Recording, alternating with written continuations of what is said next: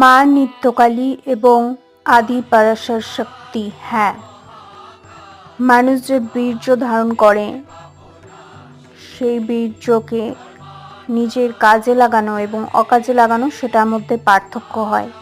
কেউ হয়তো কারোর কাছে ভালো সাজার জন্য বা সন্ন্যাসী সাজার জন্য, প্রিটেন্ড করার জন্য, ভান করার জন্য দেখাচ্ছে না আমি বীর্য ধারণ করে আছি, কিন্তু মন থেকে সে প্রপার ব্রহ্মচারী নয়, তাহলে কিন্তু আরো বেশি করে ক্ষতি হবে।